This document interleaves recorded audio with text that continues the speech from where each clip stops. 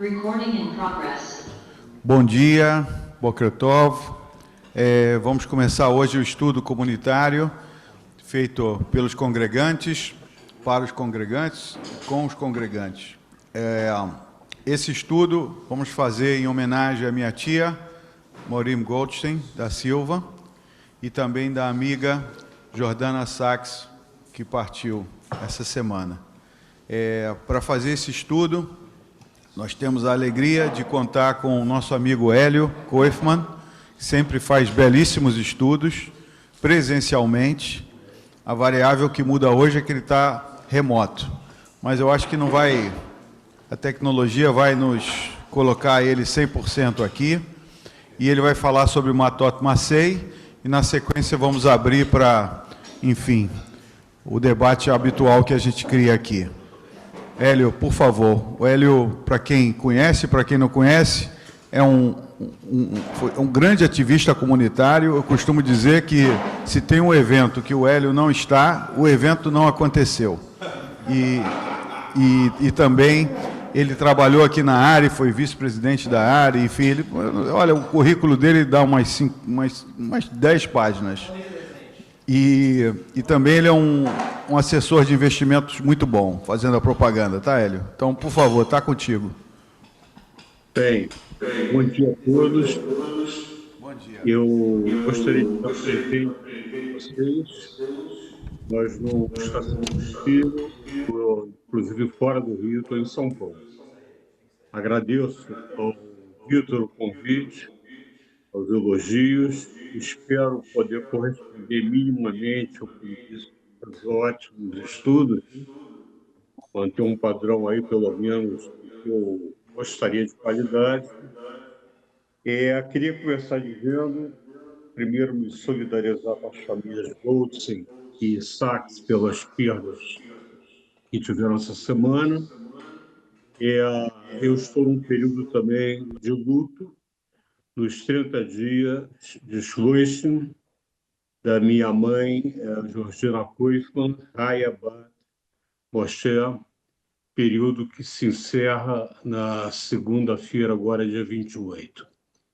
Então, eu gostaria de dedicar essa minha preparação, que é sempre muito bom preparar para fazer o estudo, e eu estudo também a minha mãe. Bem, Parashot, Matot e Masei, que são lidas essa semana, terminando no sábado, concluem o quarto livro da Torá, Bamidbar. É interessante que, se a gente olha os 4 primeiros livros da Torá, Bereshit, Shamot, Levítico e Bamidbar, tem toda uma trajetória desde a criação do mundo e a saga do povo hebreu com a saída do Egito, e termina nesse ponto aqui, antes de entrar na terra de Israel. A Parashá Matot se inicia com a discussão sobre Nedarim e promessas, Shavuot. Nedarim são muito mais direcionadas ao objeto. Por exemplo, eu não vou comer este chocolate. Eu não inventei isso, eu peguei isso de algum estudo que eu fiz esses dias. E é interessante que Shavuot é relacionado a juramentos. Aí já a juramentos e a comportamento. Aí eu vou dar um exemplo já meu. Eu vou, durante esse ano, contribuir, quando eu digo eu, é genérico, tá? Eu vou contribuir para o engrandecimento da área em alguma comissão. Então, é um juramento ligado ao comportamento. Em seguida, a Torá descreve a batalha do povo judeu e a vitória sobre Midian, e seguida de uma narrativa detalhada da distribuição dos despojos de guerra.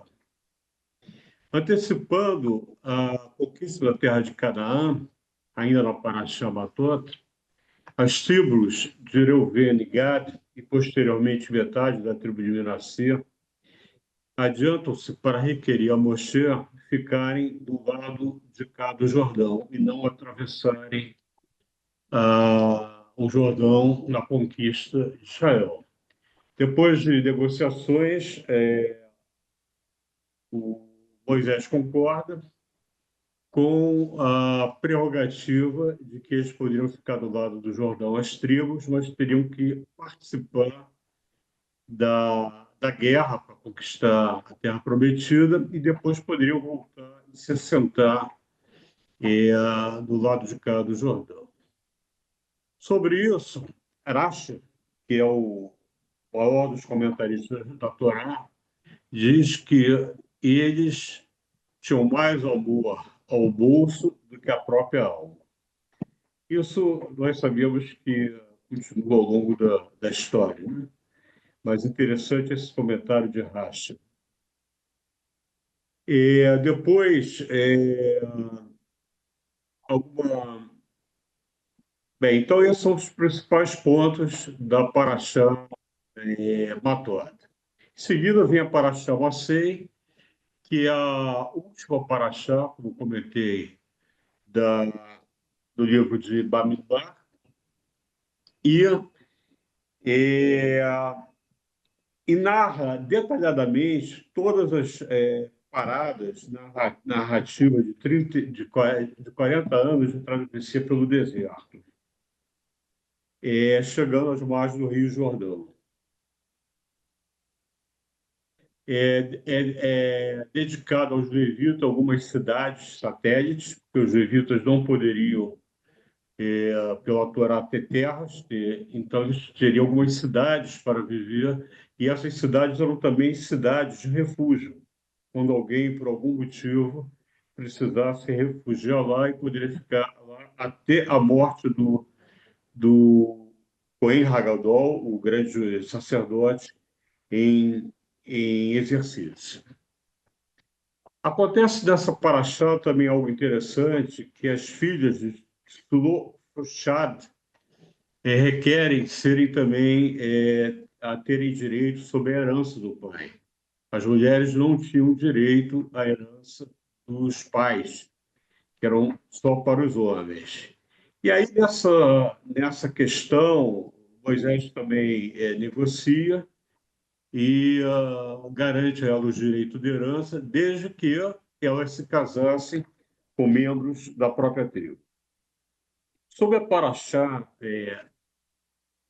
Masei, eu gostaria de destacar uma passagem que eu achei bastante interessante, e ao mesmo tempo que a Paraxá lista todas as paradas, ela passa quase que batido por os 38 anos, dos 40, que o povo judeu fica parado numa determinada região, Kadesh, no deserto de Zin. E a Paraxá passa realmente muito rápido sobre isso, não detalha, ao contrário do detalhe de outras passagens. Na verdade, essas paradas de 38 anos vai ser mais detalhada no livro seguinte de Shemot, não, de Devarim, de Êxodo, mas aqui pouco se fala. Os comentaristas, mais ou menos, convergem no sentido dessa parada de 38 anos. E aí tem algumas razões. A principal, talvez, seja porque precisaria passar uma geração para que uma nova geração entrasse na terra de Israel. Mas há outras questões. A questão que, às vezes, seja numa instituição, seja numa corporação, ou até no mundo privado, na vida privada, existem períodos de estagnação, períodos que são importantes para se rearrumar e seguir em frente. E todas essas paradas são importantes.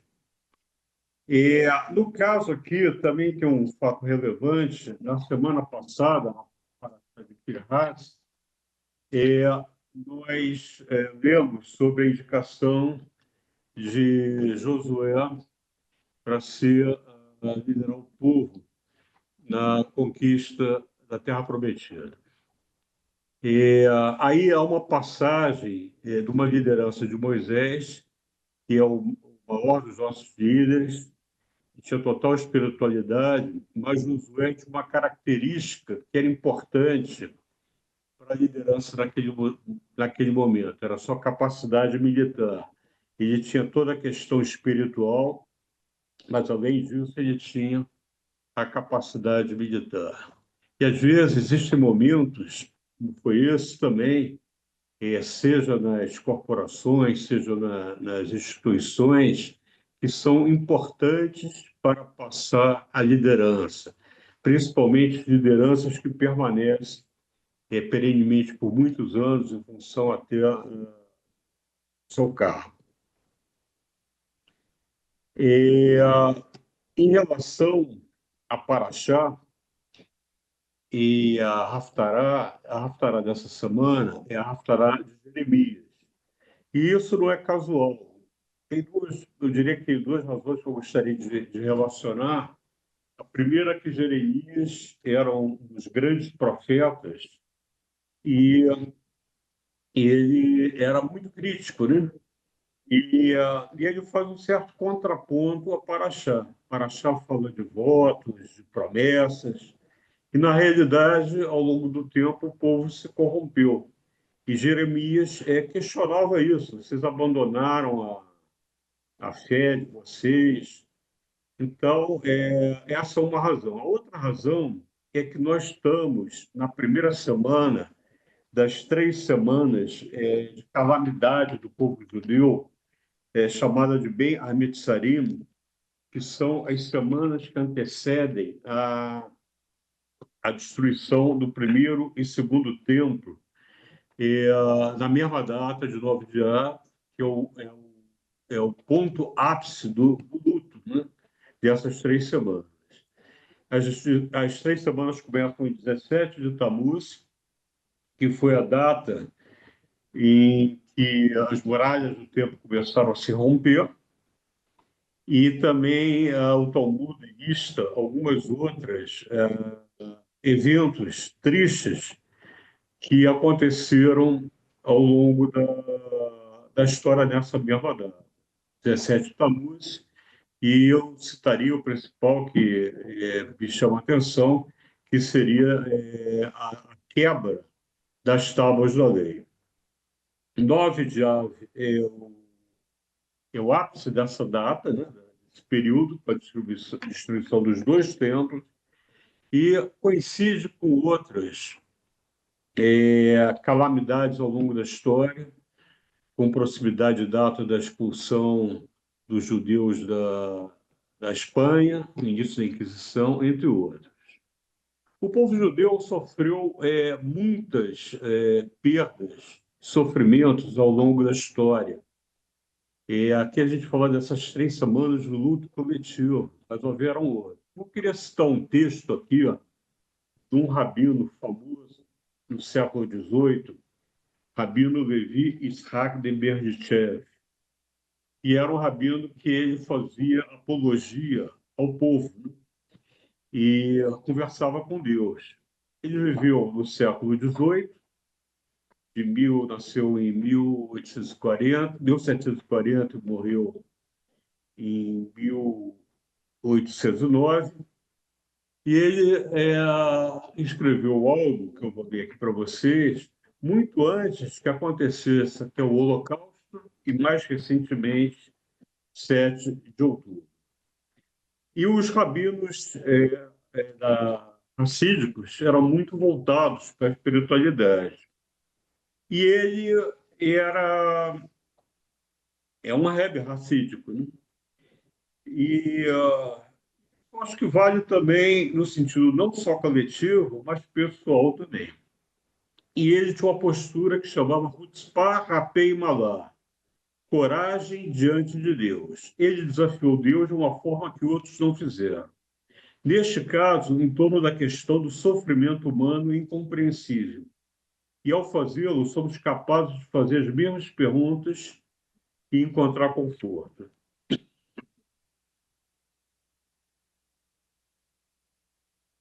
Diz o rabino Levi Isaac Berdichev: presença eterna do mundo. Não estou pedindo que me mostre o segredo dos teus caminhos, pois seria demais para mim.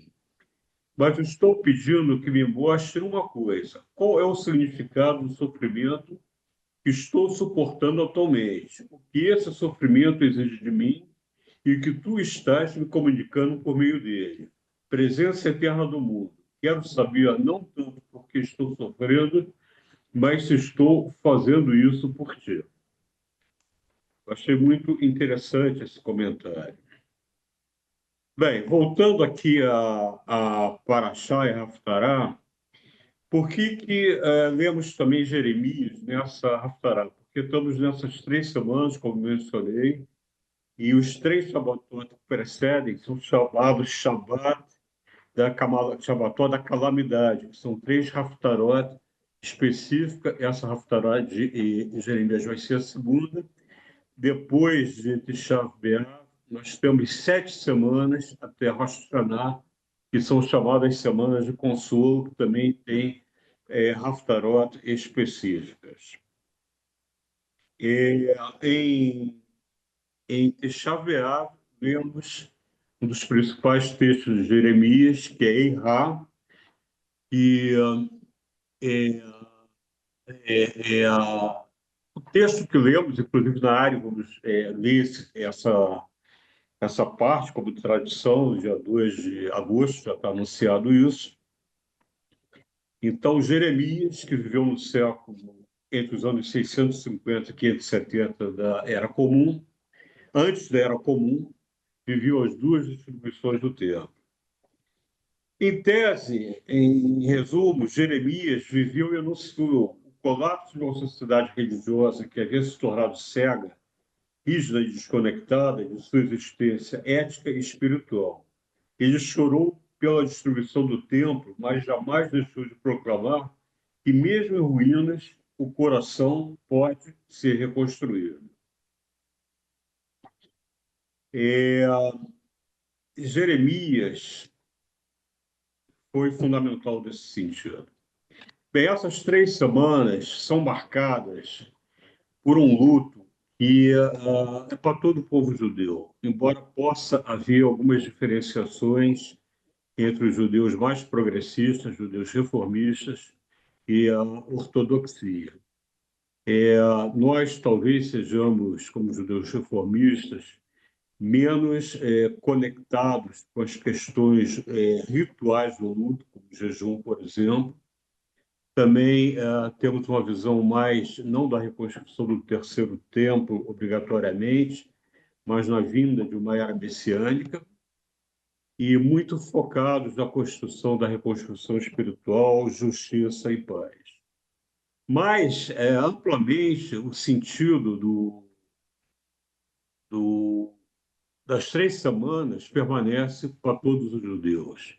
E isso é marcado religiosamente. Existe um costume, na maioria das comunidades, desse período de 3 semanas, fazer algumas orações nos serviços religiosos, principalmente Shabbat, com uma melodia um pouco menos alegre, digamos assim, com a entonação da melodia de Eirá.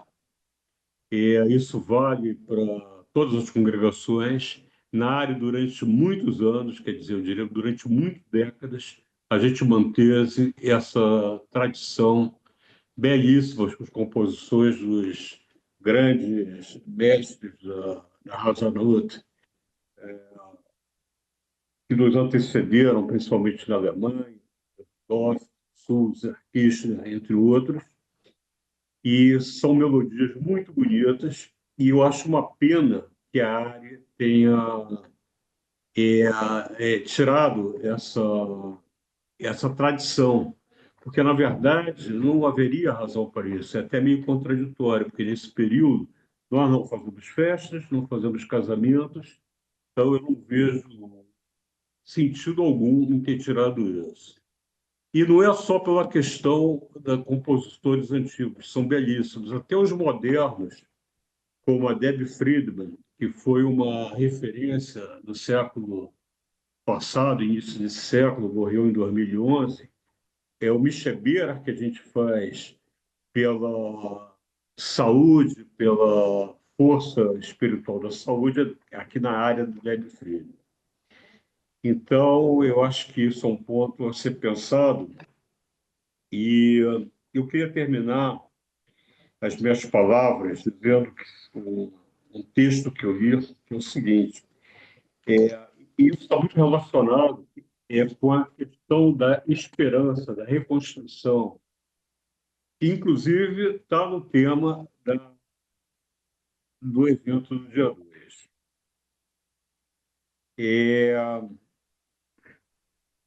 Um minutinho só que eu estou procurando assim. Bem, não é apenas um chamado nacional, questão deste período. É um apelo espiritual.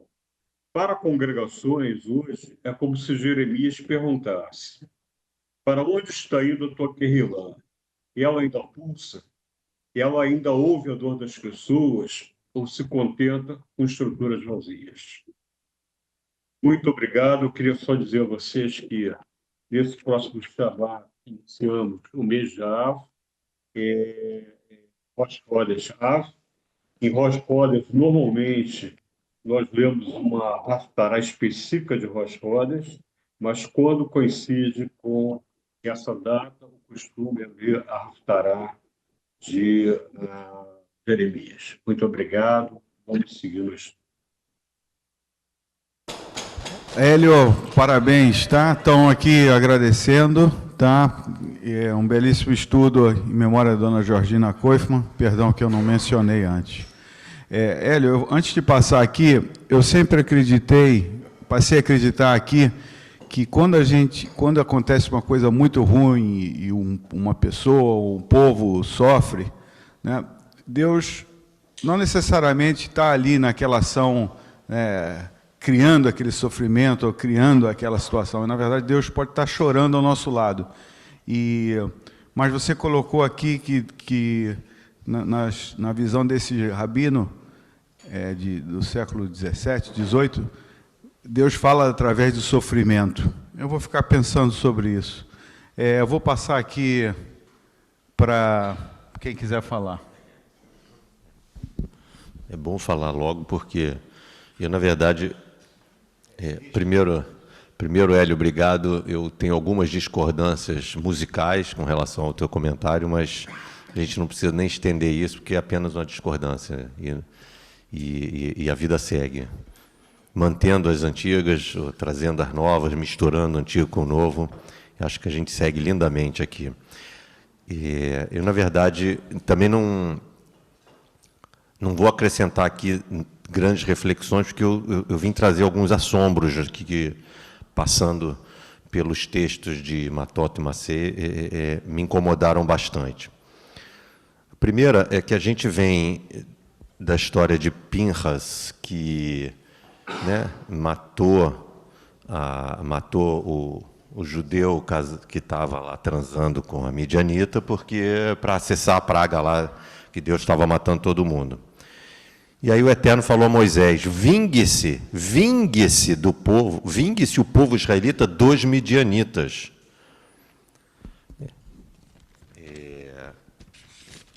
Eu acho que isso é uma coisa pesada, mas, né, Moisés ficou furioso. Aí fala assim, Moisés lhe disse: vocês pouparam todas. Aí, né, eles fizeram lá a vingança e depois, aquela discussão toda, vocês pouparam todas as mulheres, pois foram elas próprias que, por incitação de Bilã, induziram os israelitas a transgredir contra o Eterno no incidente de Peor. E por isso a comunidade do Eterno foi atacada pela praga. Por isso foi atacada. Aí matem todo menino entre os dependentes e toda mulher que tenha conhecido carnalmente o homem. Poupe apenas as meninas virgens e que são dependentes. É uma situação de vingança que, sei lá, queria só trazer aqui, que me incomoda um pouco. Depois, já em Massé, e eu estou algumas questões mesmo da leitura aqui, porque me incomodaram. Ele vai traçando, né, o caminho todo, ponto a ponto, e aí chega no momento que ele diz o seguinte: nas estepes de Moabe, no Jordão, perto de Jericó, o Eterno falou a Moisés, dizendo: fale ao povo israelita e lhes diga, quando vocês cruzarem o Jordão para a terra de Canaã, vocês desapossarão todos os habitantes, destruirão todos os seus objetos com figuras, destruirão todas as imagens fundidas e demolirão todos os seus lugares de culto. Vingança, destruição, demolição. Achei um pouco violento tudo isso, e eu fiz apenas uma anotação de uma pergunta nesta frase. Seria isso um pogrom que a gente fez para ocupar a terra de Israel?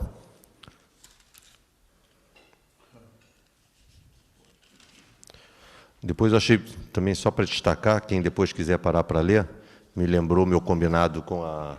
Oi? Beleza, Não, mas eu vi que o Léo também já pegou o livrinho dele. Depois teve um texto, a parte muito bonita que me lembrou a minha dívida com a Ana, depois a gente vai combinar. Eu já posso até propor, quem sabe, todo Shabat a gente chegar um pouquinho antes, meia hora antes, e sentar aqui, estudar e tentar montar o nosso mapa. Que aí ele fala exatamente: instrua o povo israelita, quando vocês entrarem na terra, setor sul se estenderá até o deserto de Tzina, ao longo. Aí ele vem, a sensação que eu tenho é que ele desenha certinho a terra de Israel. E eu tinha mais uma anotação. E aí, sobre a questão das filhas, né, de Tzelofhad, que elas lá atrás fizeram aquele pedido para receber as terras, já que não tinham filho homem, etc. Ele foi concedido. Mas aí teve aquela discussão lá com a clã da turma de Gilad, né? Mas elas vão casar com outra tribo e vão perder terra. Olha a preocupação. Isso é uma coisa curiosa, é muito nosso mesmo, né? E aí, eis que o Eterno ordenou a respeito das filhas: elas podem se casar com quem quiserem, desde que seja da tribo. Pronto, não é com quem quiser.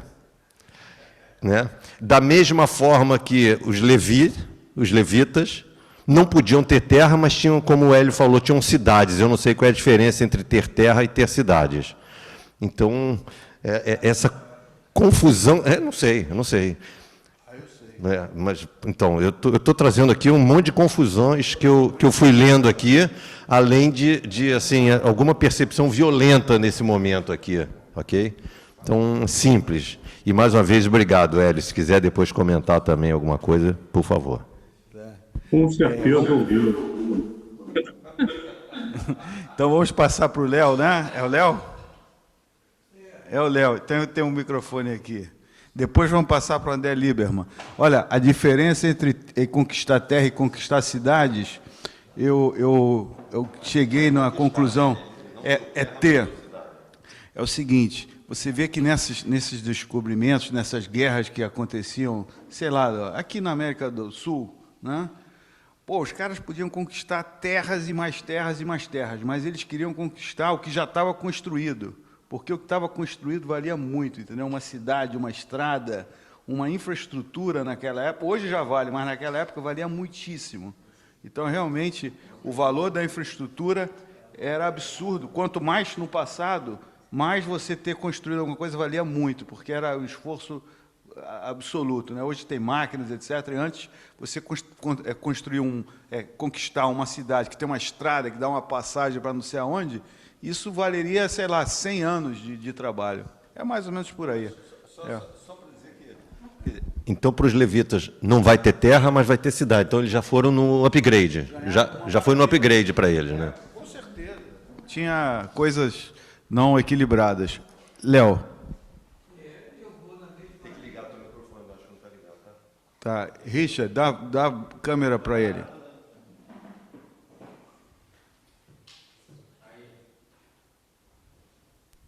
Alô? Oi. Oi. Eu também me impressionei igual, porque eu achei essa passagem muito violenta, né? Extremamente violenta, e quando a gente fala até com não-judeus, que seguem mais o Evangelho do que o Velho Testamento, a crítica deles ao Velho Testamento é sobre a violência do Primeiro Testamento, que eles dizem que não é tão forte no Novo Testamento. E eu assisti o Jornal Nacional uma vez que alguma invasão na Síria de um desses grupos mais bárbaros, eles destruíram todos aqueles objetos antigos que tinham milhares de anos, que já estavam lá, que eram objetos de arte, eram objetos históricos, de grande valor para qualquer museu, e eles destruíram tudo, como está mais ou menos ordenado nessa passagem, né? E eu fiquei pensando, poxa, a gente está fazendo a mesma coisa, dando uma orientação da mesma coisa que a gente vê e que considera bárbaro, né? Destruir objetos de arte de 1.500 anos, 2.000 anos. Mas aí vem a questão da temporalidade, porque no Uruguai está talvez a maior suástica que já foi feita, que ela ficava num navio, afundou no navio, os uruguaios foram lá, uma empresa privada foi lá, resgatou essa suástica, e ficou uma discussão, se destruía, se não destruía, se transformava aquilo num objeto de museu, mas é uma coisa tão presente que até hoje não se sabe o que fazer. Está lá guardada num porão, ninguém sabe se destrói, se conserva, e aí vem a questão do que é imediato e do que não é imediato. O que está, por exemplo, uma coisa da suástica ainda está muito presente, então você guardar isso como um objeto de arte, não é meio estranho. Agora, se isso tivesse acontecido há 1.000 anos, 1.500 anos, já tivesse pacificado, já tivesse depreciado no tempo, teria que ser conservado. Essas passagens da Torá são muito atuais, são na própria geração. Então, quando ele fala em destruir o povo, aliás, é a última missão de Moisés, né? A última missão de Moisés, Deus dá como última missão de Moisés, ou você vai lá, destrói o povo de Midian, depois você vai ser recolhido. É uma coisa muito forte, porque a última missão é geralmente uma missão muito importante. E aí vem essa questão da temporalidade. Naquele tempo, estava tudo muito à flor da pele. Como hoje, o que está acontecendo em Israel, está tudo muito à flor da pele, né? Acabou de ter uma invasão, essa de outubro, do 7 de outubro, e a coisa está muito presente. Então, a gente não consegue avaliar e não consegue colocar isso depreciado no tempo. Então, dessa mesma forma, eu interpreto essas coisas da Torá. Elas estavam muito presentes naquela época. Quando a gente lê hoje, distante, a gente não tem noção do que era aquela vingança, aquela sensação que estava à flor da pele.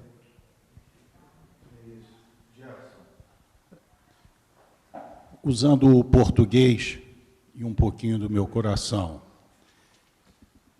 os levis, na nossa hierarquia, vêm abaixo dos Koanim, e o nosso querido Hélio é levi, ele vai entender bem.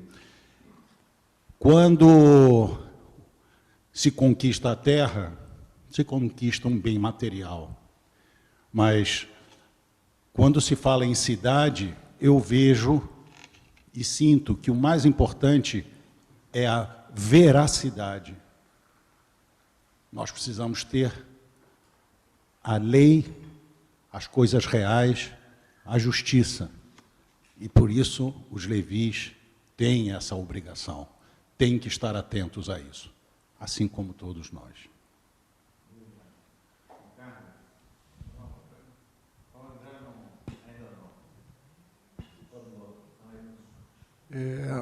Sobre essa questão de cidade e terra, os Leviim não tinham uma função de produção de riqueza, eles tinham uma função de manutenção do templo.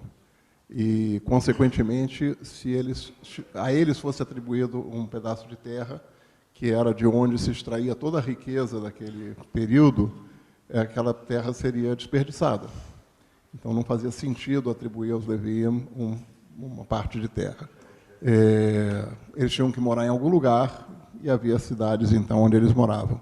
Então, não vejo como um upgrade, vejo, na verdade, como uma solução de acordo com a estrutura econômica da época. Talvez eles tivessem trabalhado na terra e não teriam tempo para a função deles também. Ou isso, deixariam de fazer a sua função. Mas de qualquer forma, eles não entraram. Não, Levíim foram designados para as cidades. Porque a outra opção seria morarem todos no templo, que não podia. Então, moravam em cidades. Eu, na verdade, queria falar sobre uma outra coisa que eu acho que é interessante dessa paraxá, que é do trecho, inclusive, que a gente leu, que é a questão dos votos, né? É costume, né? Algumas pessoas têm o costume de, ao fazer uma promessa, incluírem a expressão bli neder, né? Meu pai fazia muito isso.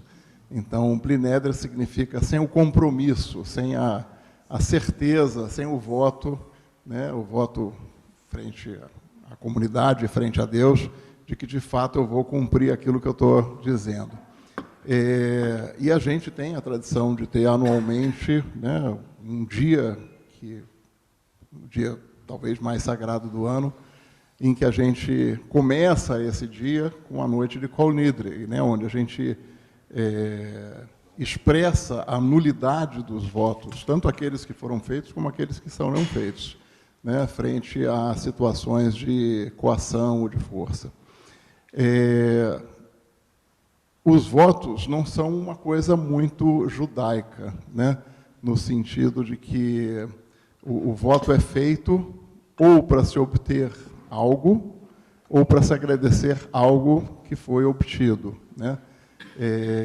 Numa relação direta da pessoa com Deus. E, de certa forma, isso atribui a Deus ter alcançado algo ou alcançar algo no futuro, que não é uma coisa que está muito vinculada à nossa tradição. Nossa tradição coloca sobre os nossos ombros a responsabilidade de conseguir as coisas.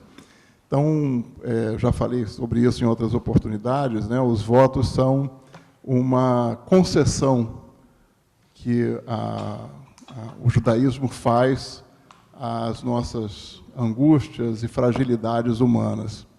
A gente tem uma percepção da vida limitada, a gente tem uma compreensão limitada, e, às vezes, o voto é uma mecânica de fortalecimento da nossa vontade, né? Uma forma da gente se impulsionar, se motivar mais, né? Prometo que vou fazer determinada coisa, se alcançar determinado objetivo, uma forma de fazer com que a gente tenha mais compromisso com aquilo que a gente quer e, consequentemente, a gente se empenhar mais naquilo que a gente deseja obter. A paraxá deixa isso razoavelmente claro, né? O fato de ser uma concessão menciona o fato, né, e expressa isso em relação às mulheres, mas vale para todos, de que determinadas situações nos levam, por impulso, a fazer determinados votos. Então, só para deixar claro que votos, né, e promessas de realizar algo em função de algo a ser alcançado, algo, ou em agradecimento a algo que foi alcançado, não é uma coisa judaica por excelência, mas sim uma concessão que o judaísmo faz às nossas necessidades, como muitas outras coisas que a gente encontra também. Quem vai falar? Salem, mas eu queria falar. O Hélio, não, o Hélio. Hélio, cadê quem tem microfone para falar? Aqui. Hélio. Hélio, entra. Sei que você quer falar, né, Hélio? No final? Tá. Não, eu acho que a gente está encaminhando para o final. Eu só queria também lembrar aqui, Ler Lechá é aquela passagem que tem os espiões, em que eles dão aquela passeio em Israel, e no final, Shlach Lechá. E aí os espiões vão lá, dão aquele passeio em Israel, vão em todos os lugares, né? As montanhas, os desertos, as beira-mar, Kinneret. E no final eles voltam e misteriosamente voltam com uvas gigantes, com todas as coisas maravilhosas, mas fala assim, ó, não é bom não, a gente não vai entrar. Né? E aí, uma vez eu fiz um estudo que eu achava que, na verdade, tinha ali não existia um acordo, né, entre as 12 tribos. Se percebeu, né, que naquele momento que não existia um acordo, quem ia ficar no lugar bom, quem ia ficar no lugar ruim. Né? E por essa falta de acordo, né, quer dizer, 10 resolveram enterrar toda uma geração que acabou ficando 40 anos no deserto até morrer. Agora, e a confirmação assim dessa minha teoria, quer dizer, uma confirmação, sei lá que confirmação é essa, é que nessa paraxá é decidido quem vai para o lugar bom e quem vai para o lugar ruim, com exceção dos Leviim, por sorteio. Então, alguém foi sorteado com aquele lugar maravilhoso, que é uma montanha toda espinhosa, que não cai uma gota d'água durante a vida inteira, e o outro foi sorteado com Ayarkon ali, Tel Aviv, coisa linda, ou coisa. Então, é só para você ver como são, às vezes as coisas não são tão justas. Mas o Ricardo me fez entender que o Leviim saiu desse sorteio, mas os outros foram sorteados. Inclusive, teve uma tribo que ficou do outro lado do Jordão, com gente muito boa ao redor, imagina. Né? E da mesma forma, outro que ficou do lado dos gigantes. Então, as coisas não são tão justas. Salem, você quer falar? Claro. Vai. Aí já passamos para o Hélio. Não, o Germano não vai falar. Germano. Espera aí, deixa ele. Oi. Primeiro, Hélio, parabéns. Assim, muitas reflexões também, tá? Porque sempre que eu me deparo com essas partes da paraxá que tem exatamente essa questão toda de muita guerra, dominação, eu tento pensar como era a época. Então, o povo Yehudi que acabou de sair de Mitzrayim eram outsiders, eles pensavam diferente de todos os povos daquela época. Eles não, o culto deles era diferente, a forma de se relacionar com Deus era diferente, o conceito, a nova forma de fé que eles coloca eles assim totalmente em oposição a muitos povos, a muitas culturas que tinham na questão de sacrifícios, até sacrifícios humanos, e regras de sacerdócio muito antigas.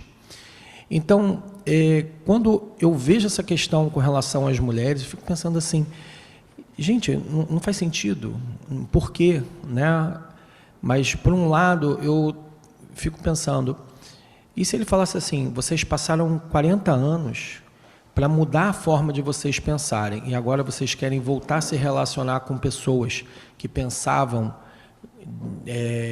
como os povos que perseguiam vocês, como os povos que te escravizaram.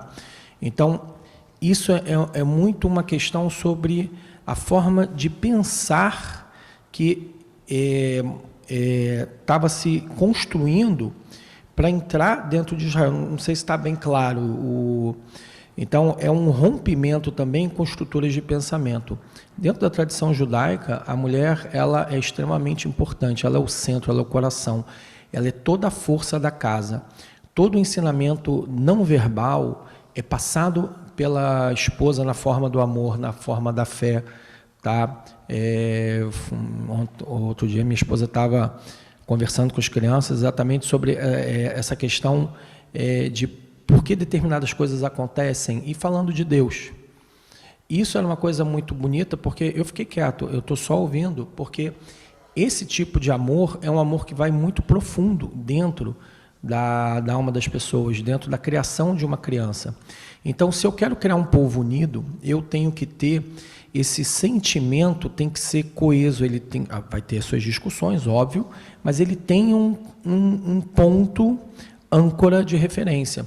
Agora, se eu começo a receber as pessoas que eram de uma outra cultura, que não vão abandonar a sua cultura, que depois vão criar filhos internamente, vão criar várias secções dentro, que exatamente bagunça toda aquela infraestrutura de uma coisa nova que tinha acabado de ser criada ali naqueles 40 anos.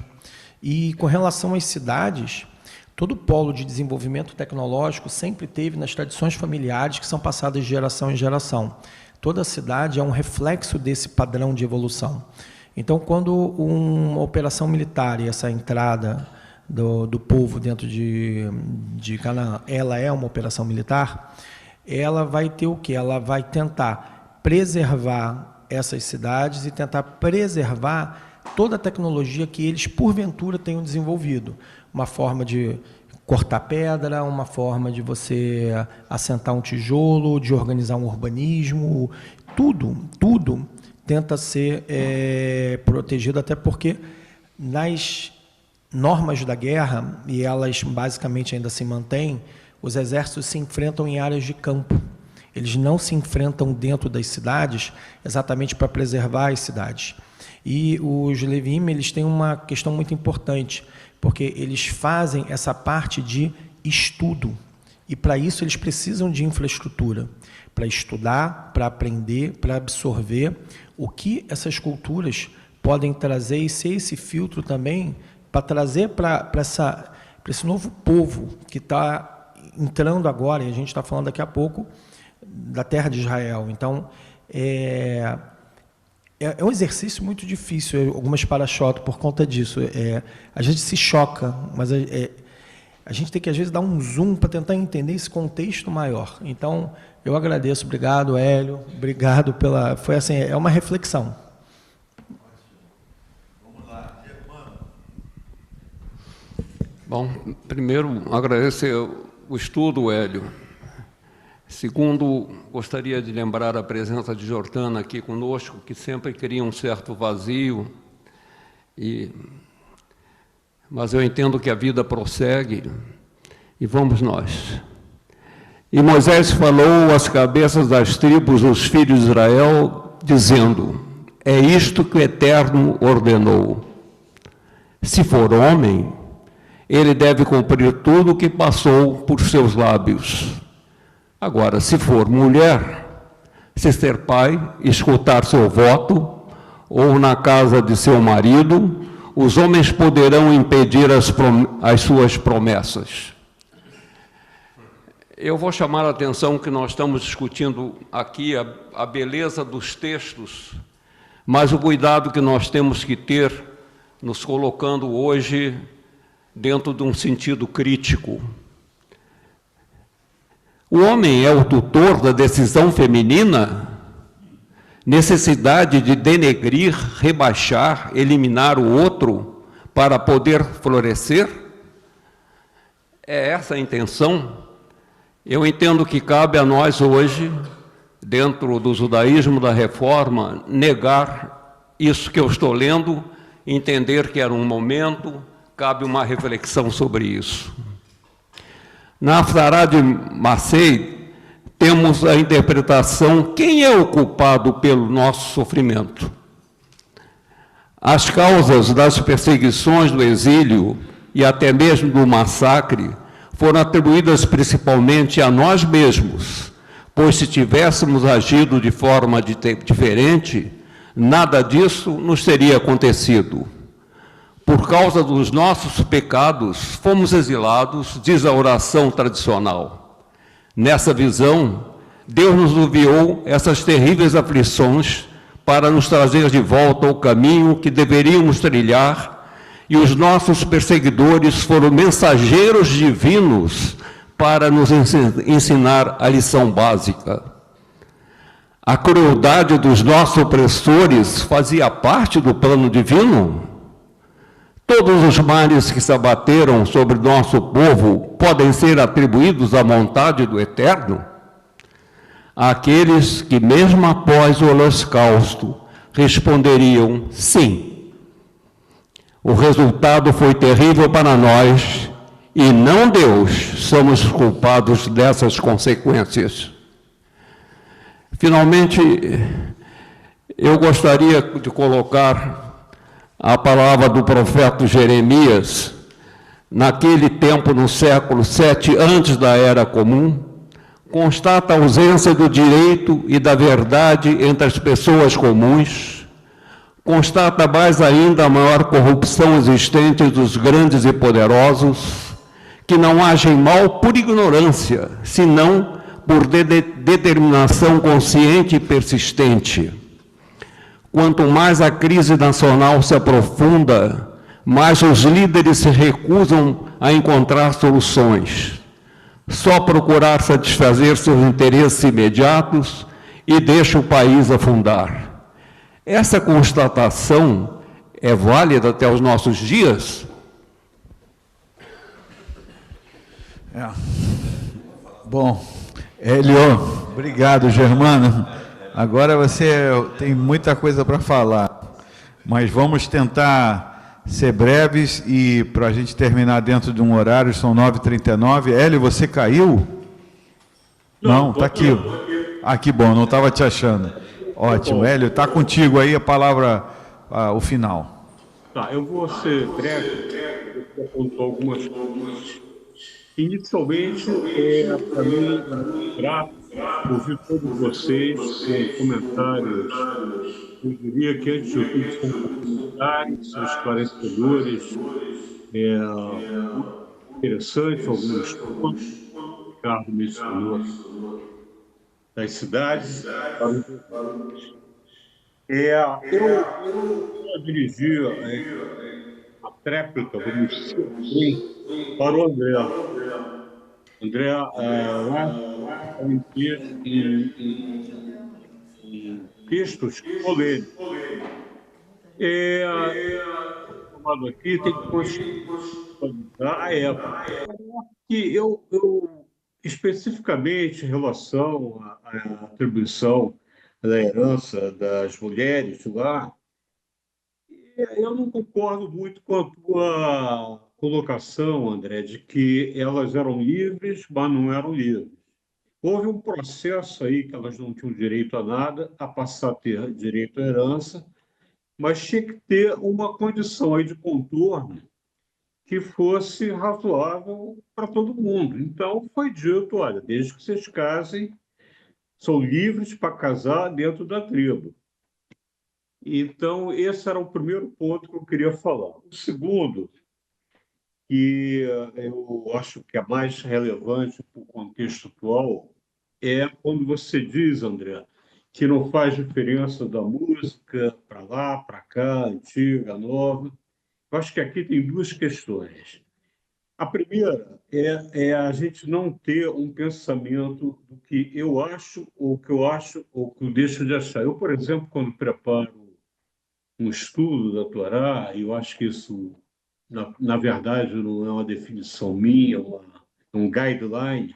A gente não pode só ler o que está no texto. O adequado é que a gente olhe as fontes anteriores, né? Aracho, outros comentaristas, e eu procuro ter esse cuidado. Por que eu estou dizendo isso? Porque eu acho que isso vale também para essa questão musical. Não é questão de achar ou deixar de achar.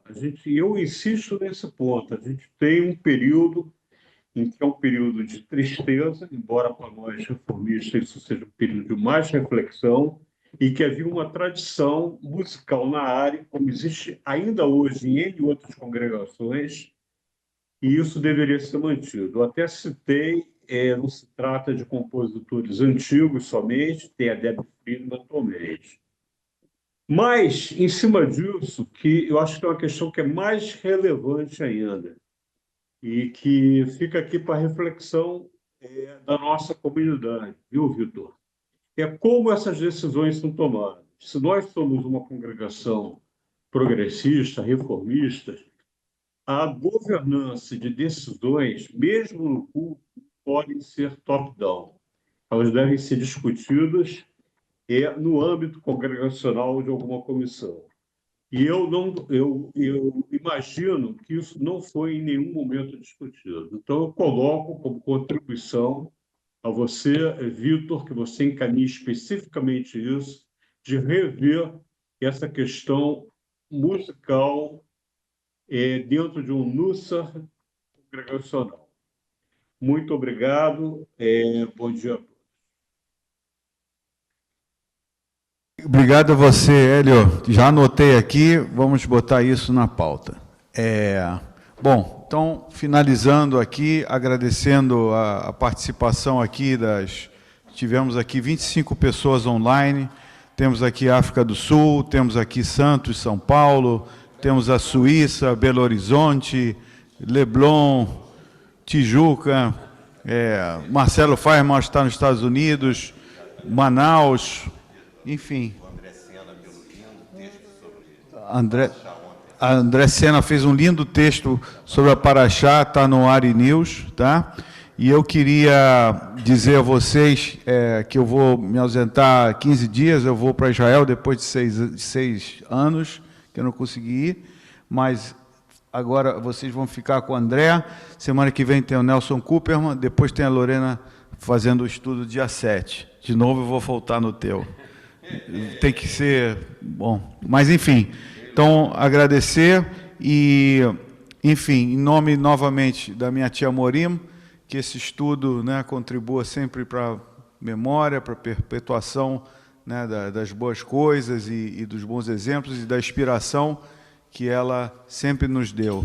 Né, uma mulher que soube cuidar de todos, assim, com maestria. E é isso. Então, e a Jordana também, a saudade enorme. Tá? É isso. Então, vamos lá. Um bom dia a todos. Shabbat Shalom. Tudo de bom. Até a próxima. Richard, pode cortar. Boa noite. Boa noite. Bom dia. Acabou. O presidente está aí, está beijando. Hélio, um abraço grande, tá? Um abraço grande. Dona, estudo.